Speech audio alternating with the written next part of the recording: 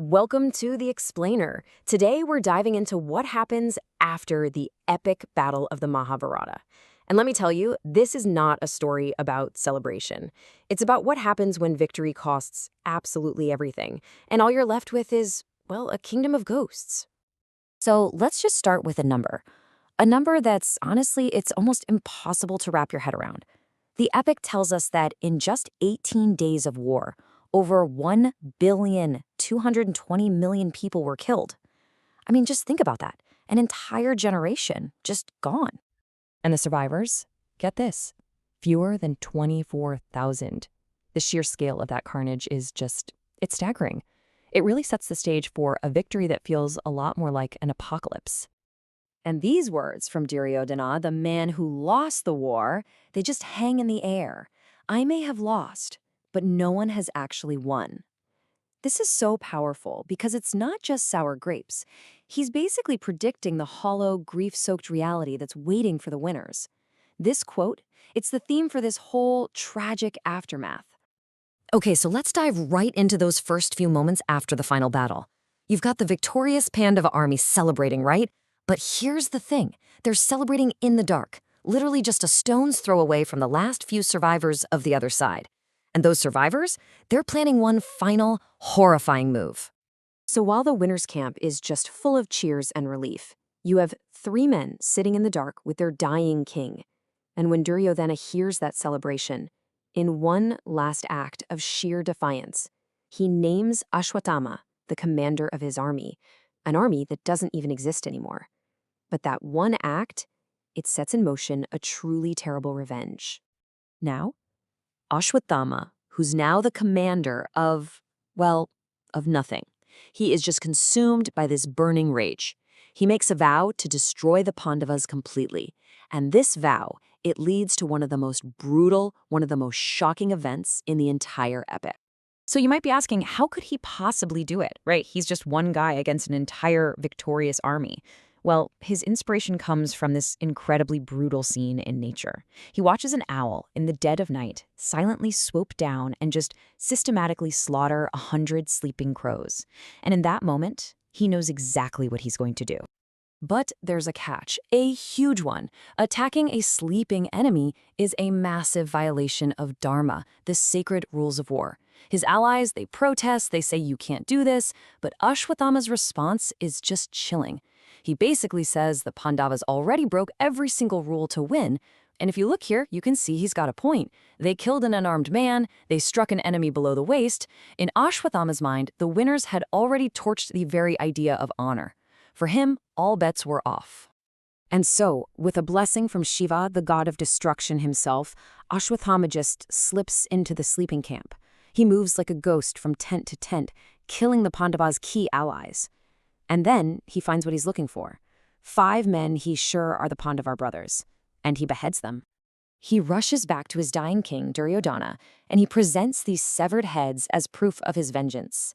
But when Duryodhana grabs what he thinks is Bhima's head, he crushes it, and he realizes the awful truth. Ashwatthama hadn't killed his enemies at all. He had killed their 5 young sons. And this is the real turning point. The war might be over, but the cycle of pain is just beginning. As the sun rises on this field of bodies, the survivors are faced with more than just death. They're about to learn devastating secrets, and the grief is about to curdle into curses that will echo for generations. Now hunted for this monstrous crime, Ashwatthama unleashes his ultimate weapon, the Brahma-astra.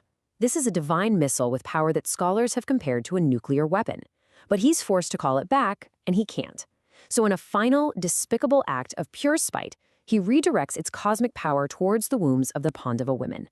His goal? To end their entire bloodline forever. For this act, for trying to kill the unborn, Krishna delivers a punishment that is truly worse than death. Ashwatthama is cursed to wander the earth for 3,000 years. He's immortal, but he's completely alone, his body covered in wounds that will never heal. A total pariah, forced to think about what he did forever. But believe it or not, the horror isn't over yet. As the Pandavas are walking through the battlefield, a much more personal tragedy is about to hit them, and it all revolves around a secret their mother, Kunti, has been keeping for decades.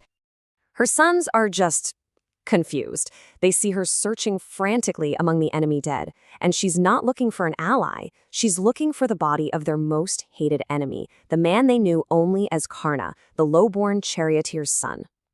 And then she tells them, the man Arjuna killed, their greatest rival, he was their eldest brother, her firstborn.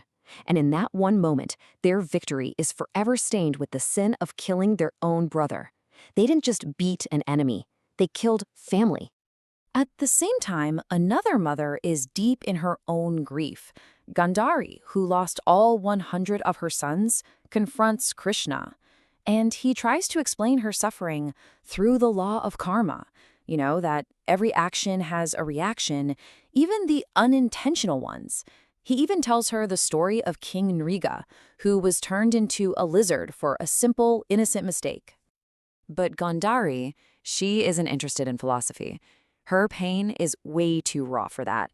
So she unleashes a curse of her own, not on the Pandavas, but on Krishna himself.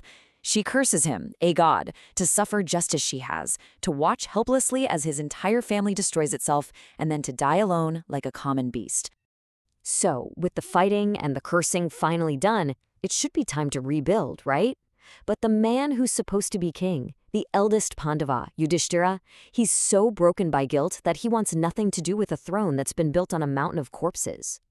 And this is such a crucial point. The victor feels like a murderer. He says his hands are soaked in his family's blood. How can he drink from the cup of success when he's sitting on a pile of bodies? He's completely paralyzed by his conscience, and he thinks the only thing left for him is to renounce the world and become a hermit, not a king. It's actually Krishna who finally gets through to him, who convinces him to take the crown. And his argument is just so powerful.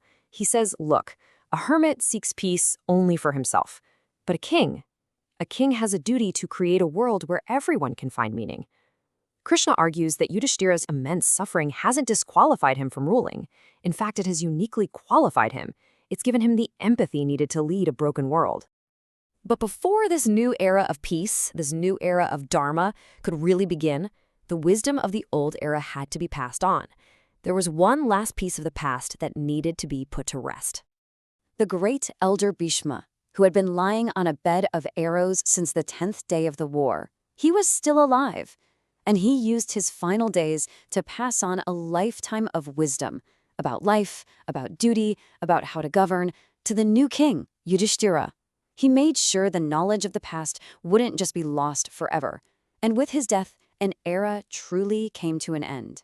So just when it seems like hope might finally be returning to this devastated kingdom, with the birth of the one surviving heir, the son of the hero Abhimanyu, a cry from the midwife just shatters the silence.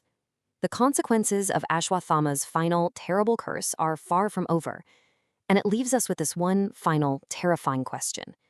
Is the last hope for the future already dead?